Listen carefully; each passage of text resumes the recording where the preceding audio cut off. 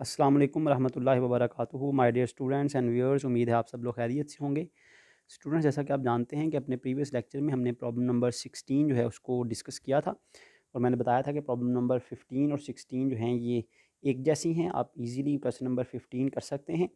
अब हम problem number 17 करने जा रहे हैं जी। 17 और 18 जो हैं वो सिमिलर हैं। 17 इंतहाई अहम क्वेश्चन है। As far as the past papers are concerned, तो ये क्वेश्चन कई बार पेपर में आ चुका है। तो क्वेश्चन नंबर 17 हम पढ़ते हैं। इसमें कुछ नई चीज़ें आप सीखेंगे। इंतहाई अहम क्वेश्चन है, इंटरेस्टिंग क्वेश्चन है, नॉलेजेबल क्वेश्चन है। क्वेश्चन मैं रीड आउट करता हूँ जी आपके सामने। The records of Majid company shows the following information for the year ending December 31st 2003। Material purchase आपको दिया हुआ है, ओपनिंग मटेरियल दिया हुआ है, फिनिश गुड्स 100 यूनिट्स हैं, एंडिंग फिनिश यूनिट्स के ओपनिंग फिनिश यूनिट्स के 100 यूनिट्स हैं और उनकी वैल्यू है 43,000। डायरेक्ट लेबर है 21,25,000। फैक्ट्री ओवरहेड है 7,64,000। मार्केटिंग एक्सपेंसेस हैं आपके पास 5,16,000। एडमिनिस्ट्रेटिव एक्सपेंसेस हैं 4,61,000। सेल्स हैं 12,400 यूनिट्स की हैं और सेल्स की अमाउंट है 66,34,000। मटेरियल क्लोजिंग आपको दिया हुआ है जी। क्लोजिंग मटेरियल है 1,67,000। फिनिश गुड्स हैं आपके पास 200 यूनिट्स।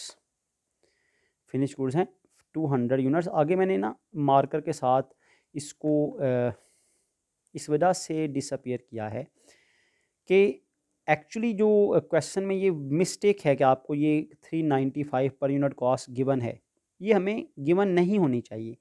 क्वेश्चन नंबर 18 भी जब आप करेंगे तो आपको वहाँ पर भी खुद फाइंड आउट करनी पड़ेगी। तो इस वजह से मैंने इसको ऊपर से ओवर राइट कर दिया ताकि ये नज़र ना आ सके।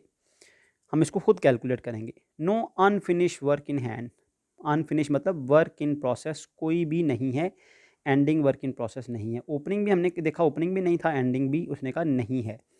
इनकम स्टेटमेंट बनानी है, number of units manufactured find out करने हैं, unit cost of goods manufactured find out करनी है, the gross profit and net profit per unit, gross profit और नेट प्रॉफिट भी फाइंड आउट करनी है।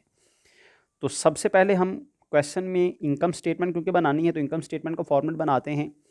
उसको बना के हमें देखिए पता लगेगा भाई हमें क्या चीज़ रिक्वायर्ड है, हम उसको फाइंड आउट करेंगे इंशाल्लाह ताला। तो क्वेश्चन साथ साथ नोट करते जाइएगा क्योंकि क्वेश्चन हमें बार जो है वो रेज करके फिर करना पड़ेगा। तो इनकम स्टेटमेंट मैं आपके सामने बनाने जा रहा हूँ जी। स्टूडेंट्स देखें ध्यान से, शाबाश। Majid company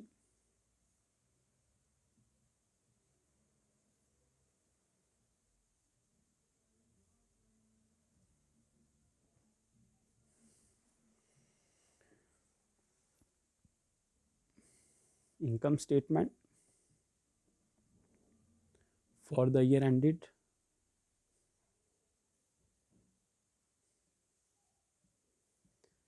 31st December and 2003। Income statement के फॉर्मेट से आप ऑलरेडी वाकिफ़ हैं, वैसे ही बनेगी।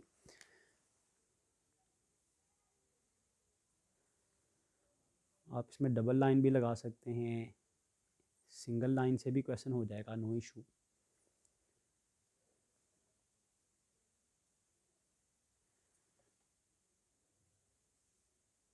जैसा कि मैं पहले भी कई बार बता चुका हूँ कि कॉस्ट अकाउंटिंग क्योंकि अमेरिकन अप्रोच के मुताबिक है ना, इसमें फॉर्मेट ज़्यादा मैटर नहीं करता। आप विदाउट लाइंस भी क्वेश्चन कर सकते हैं, सिर्फ मैं इसलिए लाइन दिखाता हूँ कि ज़रा फॉर्मेट अच्छा हो जाता है। जब इनकम स्टेटमेंट बनानी है तो इनकम स्टेटमेंट में सबसे पहले सेल्स में से लेस करना है जी आपने cost of goods sold,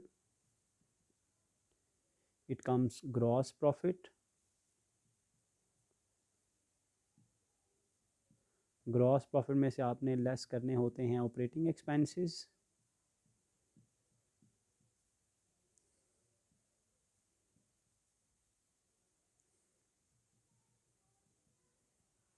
operating expenses हैं जी आपके पास मार्केटिंग एक्सपेंसेस और एडमिन एक्सपेंसेस।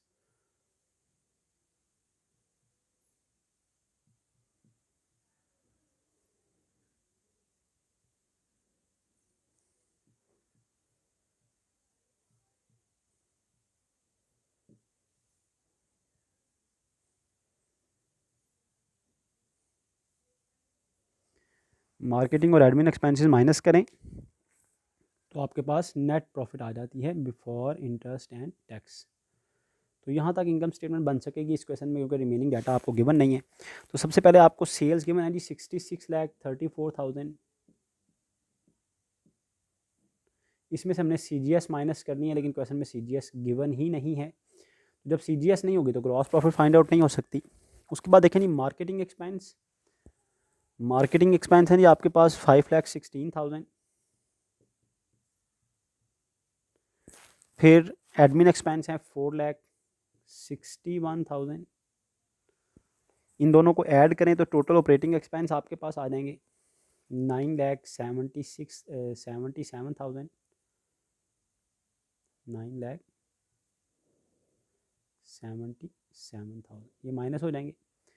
अब इनकम स्टेटमेंट में सिर्फ एक चीज़ आपके लिए हर्डल है, वो है CGS cost of goods sold. तो कॉस्ट ऑफ गुड्स सोल्ड बनाने के लिए हमें cost of goods sold statement बनानी पड़ेगी। उसके बाद हम फाइंड आउट करते हैं जी नंबर ऑफ़ यूनिट्स मैन्युफैक्चर्ड, जो कि क्वेश्चन की सेकंड रिक्वायरमेंट है। Number of units manufactured. फैक्चर्ड देखें आप, ये जो फॉर्म ऑफ वर्ब है ना, मैन्युफैक्चर्ड, मैन्युफैक्चर्ड का मतलब जो इस साल हमने तैयार किए हैं। मैन्युफैक्चर्ड का मतलब है जो तैयार किए हैं इस साल, means finish goods, finish units. अब फिनिश यूनिट्स कैसे पता चलेगा जी? सबसे पहले जो फिनिश यूनिट्स होते हैं ना, वो हैं ending finish units. Ending finished units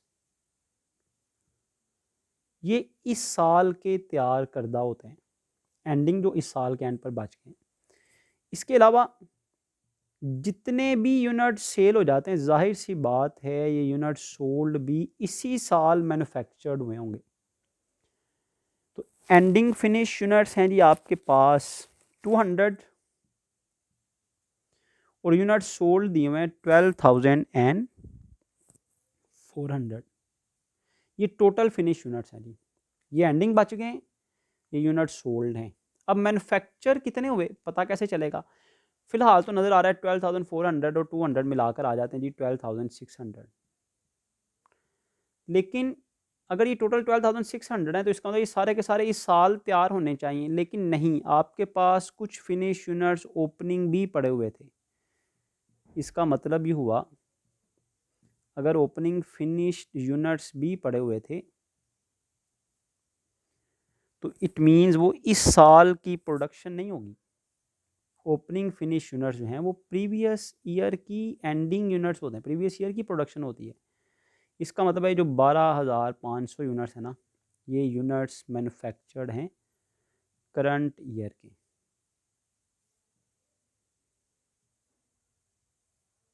units manufactured निकालने का तरीका क्या है जी?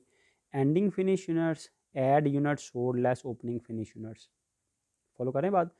एंडिंग मतलब ये इस साल के होंगे, सोल्ड भी इस साल के होंगे, लेकिन ये जो ओपनिंग है ये इस साल के नहीं है, ये पिछले साल के एंडिंग होते हैं। इसको इनको माइनस कर दिया जाता है तो यूनिट्स मैन्युफैक्चर्ड आ जाते हैं 12,500।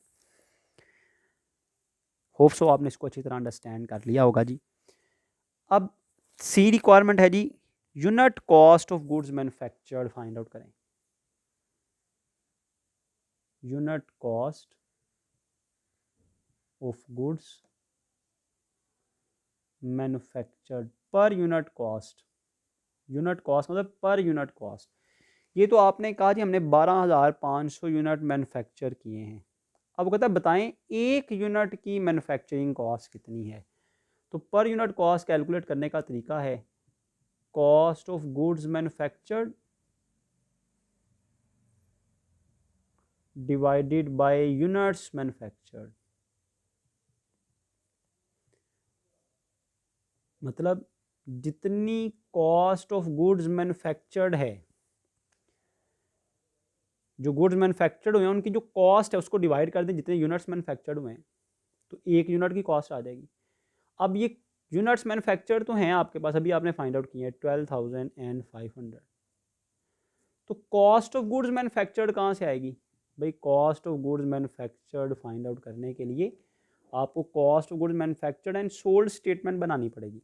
वो प्रॉपर बेशक आप ना भी बनाएं, क्योंकि प्रॉपरली वो रिक्वायर्ड नहीं है स्टेटमेंट, तो हम इसको शॉर्ट फॉर्म में बना लेते हैं। कॉस्ट ऑफ गुड्स मैन्युफैक्चर्ड, वैसे तो आप प्रॉपर फॉर्मेट में भी बना सकते हैं, लेकिन हम इसको शॉर्ट फॉर्म में इस वजह से बना देते हैं, तो मेरे पास स्पेस थोड़ी है। दूसरी, इस क्वेश्चन की रिक्वायरमेंट नहीं है ना कि आप cost of goods manufactured and sold statement बनाएं, इसलिए मैं इसको शॉर्ट फॉर्म में बना रहा हूँ। ये स्टेटमेंट देख रहे हैं जी आप, मैं इसको ज़रा शॉर्ट फॉर्म में बना रहा हूँ। ओपनिंग में परचेजेज ऐड करते हैं तो मटेरियल अवेलेबल आता है, उसको मैंने छोड़ के लिख दिया लेस, डायरेक्ट कर दिया तो मटेरियल यूज आ जाएगा। फिर मटेरियल यूज में डायरेक्ट लेबर ऐड करते हैं तो प्राइम कॉस्ट आती है, मैंने उसको भी डायरेक्ट ऐड कर दिया एफओएच में, तो करंट मैन्युफैक्चरिंग कॉस्ट आ गई। फिर ओपनिंग वर्किंग प्रोसेस ऐड करते हैं तो आती है cost of goods available for manufacturing, फिर लेस करते हैं एंडिंग तो आ जाती है कॉस्ट ऑफ गुड्स मैन्युफैक्चर्ड। मैंने डायरेक्ट ऐड किया ओपनिंग वर्किंग प्रोसेस, लेस कर दिया एंडिंग वर्किंग प्रोसेस। उसके बाद ऐड करते हैं जी फिनिश गुड्स ओपनिंग, तो आ जाती है cost of goods available for sale, जिसमें से लेस करते हैं जी फिनिश गुड्स एंडिंग, तो डायरेक्ट इस वजह से क्योंकि तो हमारे पास स्पेस थोड़ी है। दूसरी एक्चुअली तो देखें स्टेटमेंट नहीं बनानी है ना आपने, cost of goods manufactured and sold निकालनी है, ये क्वेश्चन की बेसिक रिक्वायरमेंट तो है नहीं है, तो आपके पास फिर आ जाती है कॉस्ट ऑफ गुड्स सोल्ड। अब देखें मैंने तीसरी रिक्वायरमेंट को ना पेंडिंग छोड़ दिया था, unit cost of goods manufactured निकालने के लिए कॉस्ट ऑफ गुड्स मैन्युफैक्चर्ड चाहिए थी और यूनिट्स मैन्युफैक्चर्ड चाहिए थे। यूनिट्स मैन्युफैक्चर्ड तो थे आपके पास, कॉस्ट ऑफ गुड्स मैन्युफैक्चर्ड के लिए हमने cost of goods manufactured and sold statement बनाई। यहाँ तक देखें जी ये कॉस्ट ऑफ गुड्स मैन्युफैक्चर्ड आएगी, और ये जो नेक्स्ट रिक्वायरमेंट है ना हमारे पास, इनकम ग्रॉस प्रॉफिट और नेट प्रॉफिट बतानी है, उसके लिए हमें CGS चाहिए होनी है। ठीक है जी, तो अब हम स्टार्ट करते हैं जी। ओपनिंग मटेरियल इन्वेंट्री है जी आपके पास 2,68,000, इसमें ऐड कर दें जी परचेजेस, मटेरियल परचेजेज है जी 19,46,700, लेस कर दें मटेरियल इन्वेंट्री एंडिंग, वो है 1,67,000, इसको लेस कर दें। सारी स्टेटमेंट एज यूजुअल है, मुझे उम्मीद है आप कंफ्यूज नहीं होंगे, आप इसको इजीली कर लेंगे इंशाल्लाह ताला।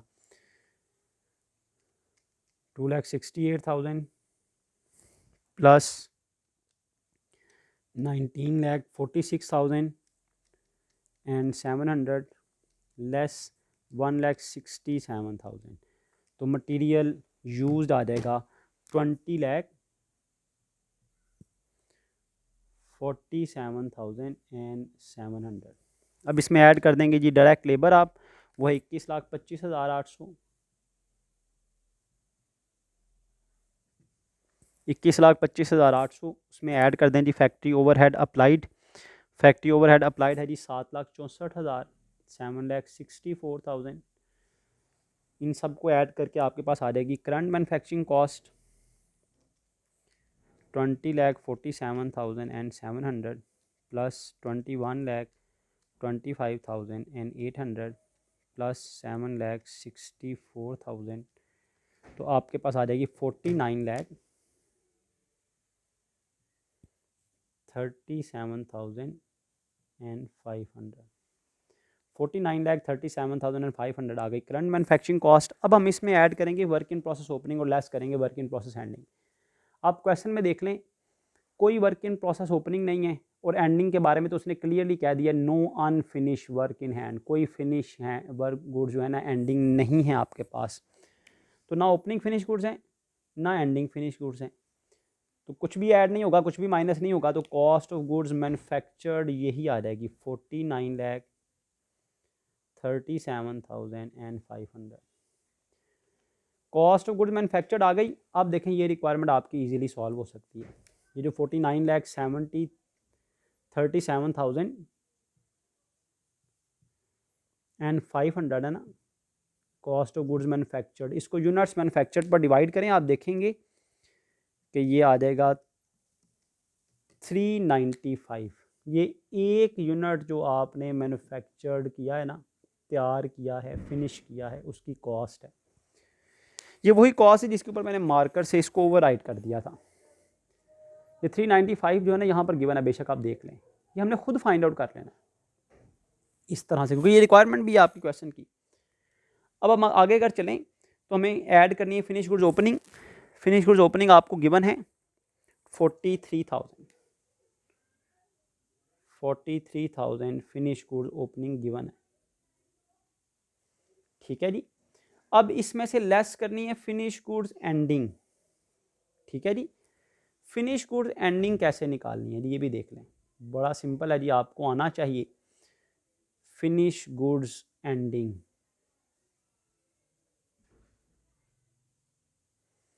फिनिश गुड्स देखें शाबाश, एंडिंग के बारे में क्या लिखा हुआ है, 200 यूनिट्स हैं और एक यूनिट की कॉस्ट कितनी है। जितनी भी एंडिंग फिनिश गुड्स होती है ना, they are from current production, इस साल की जो प्रोडक्शन है उसमें से होती है। क्योंकि हमेशा हर बिजनेसमैन की, हर शॉपकीपर की कोशिश होती है पहले वो ओपनिंग वाली बेच दे, जो बचती हैं वो करंट प्रोडक्शन में से होती है। देखें करंट प्रोडक्शन देखें जरा शाबाश, एक यूनिट जो इस बार प्रोड्यूस हुआ है ना, उसकी कॉस्ट कितनी है 395। तो अगर 200 यूनिट्स बचे हैं, एक यूनिट जो तैयार हुआ है वो 395 का है, तो इसका मतलब है ये एंडिंग फिनिश यूनिट्स की कॉस्ट कितनी हो गई 79,000। तो ये आपको कैलकुलेट करनी आनी चाहिए कि जब आप units manufactured, cost of goods manufactured को यूनिट्स मैन्युफैक्चर्ड पर डिवाइड करते हैं तो एक यूनिट की कॉस्ट आ जाती है। यही बेसिकली फिनिश गुड्स की कॉस्ट होती है। मैन्युफैक्चर्ड मतलब फिनिश्ड, तो अगर एंडिंग 200 यूनिट्स है ना, तो एक यूनिट 395 का है, तो टोटल कितने के हो गए 79,000।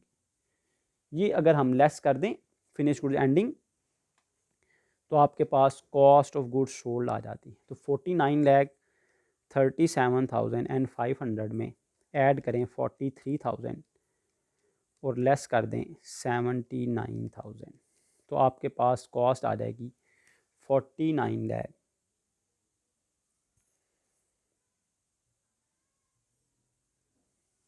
49,1500। ये कॉस्ट ऑफ गुड्स सोल्ड आ गई, कितनी आ गई जी 49,1500। ये कॉस्ट ऑफ गुड्स सोल्ड आने से क्या फ़ायदा हुआ जी, आपके पास CGS आने से फ़ायदा ये हुआ, ग्रॉस प्रॉफिट भी आ जाएगी अब 49,1500। ये लेस कर दें सेल्स में से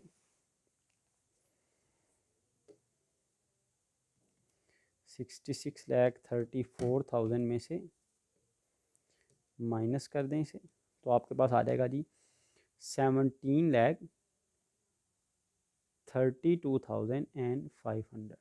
ये ग्रॉस प्रॉफिट आ गई जी 17,32,500। इसमें से अब आप ऑपरेटिंग एक्सपेंस माइनस कर दें 9,77,000, तो आपके पास नेट प्रॉफिट आ जाती है जी 7,55,500। ग्रॉस प्रॉफिट भी आ गई, नेट प्रॉफिट भी आ गई। तो ये क्वेश्चन की पहली 3 रिक्वायरमेंट्स आपकी जो है वो कंप्लीट हो गई। ये बेसिकली हमने सी के लिए ही किया था। अब जो डी रिक्वायरमेंट है that is gross profit and net profit per unit, कि ग्रॉस प्रॉफिट भी बताएं और नेट प्रॉफिट भी बताएं पर यूनिट। तो यहाँ पर इसको मैं रेज करने लगा हूँ, यहाँ पर ग्रॉस प्रॉफिट और नेट प्रॉफिट पर यूनिट निकालने लगे हैं जी हम। तो यहाँ पर हम फाइंड आउट करते हैं G D requirement, gross profit per unit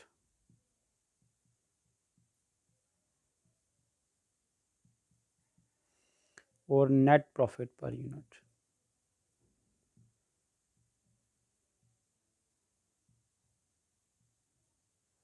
अक्सर स्टूडेंट्स क्या कंफ्यूज होते हैं, वो जो यूनिट्स मैन्युफैक्चर्ड निकाले होते हैं ना उसको यहाँ लिखना शुरू कर देते हैं। भाई ऐसा नहीं होना, बात समझें लॉजिकली।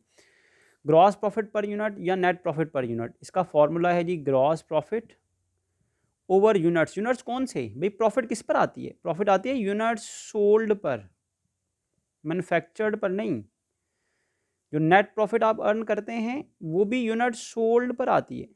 तो ग्रॉस प्रॉफिट पर यूनिट और नेट प्रॉफिट पर यूनिट में आपने डिवाइड किससे करना है, यूनिट्स सोल्ड के साथ। होप्स हो कि आपने इसे अच्छी तरह समझ लिया होगा।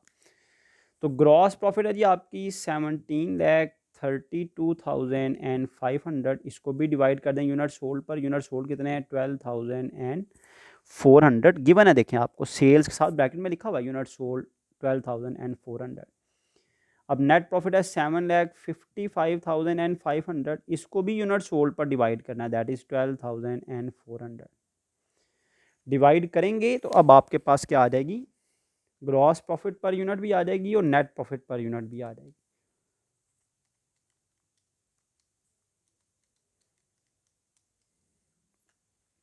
आएगा जी 139.72, ये पर यूनिट ग्रॉस प्रॉफिट आ गई। और नेट प्रॉफिट आ जाएगी जी 7,55,500 डिवाइडेड बाई 12,400, ये आ जाएगी जी 60.93, ये नेट प्रॉफिट पर यूनिट आ गई। इस तरह हमारा ये क्वेश्चन और इसकी सारी रिक्वायरमेंट्स जो हैं ये सॉल्व हो गई। अब आपको मैंने 17th करवा दिया है, आपने 18th खुद करना है। 15 करवाया था, 16 आपने खुद करना है, 17 मैंने करवा दिया है, 18 आप लोगों ने खुद करना है। कोई प्रॉब्लम हुई आपने मुझसे पूछ लेनी है। जब आप 18 करेंगे तो उसमें वर्क इन प्रोसेस ओपनिंग भी गिवन है, एंडिंग भी गिवन है, तो कोई प्रॉब्लम नहीं, उसकी अमाउंट लिख देंगे। तो प्लस और माइनस ही करना है ना आज आकर आपने। तो उम्मीद है कि आप 18 क्वेश्चन भी बड़ा इजीली कर लेंगे इंशाल्लाह ताला। नेक्स्ट क्लास में हम क्वेश्चन नंबर 19 डिस्कस करेंगे, वो भी बड़ा इंपॉर्टेंट क्वेश्चन है। इसी के साथ मैं आज का लेक्चर जो है वो वाइंड अप करता हूँ इस दुआ के साथ कि अल्लाह ताला हम सब के हामी नासिर हों। जज़ाकुमुल्लाह खैर।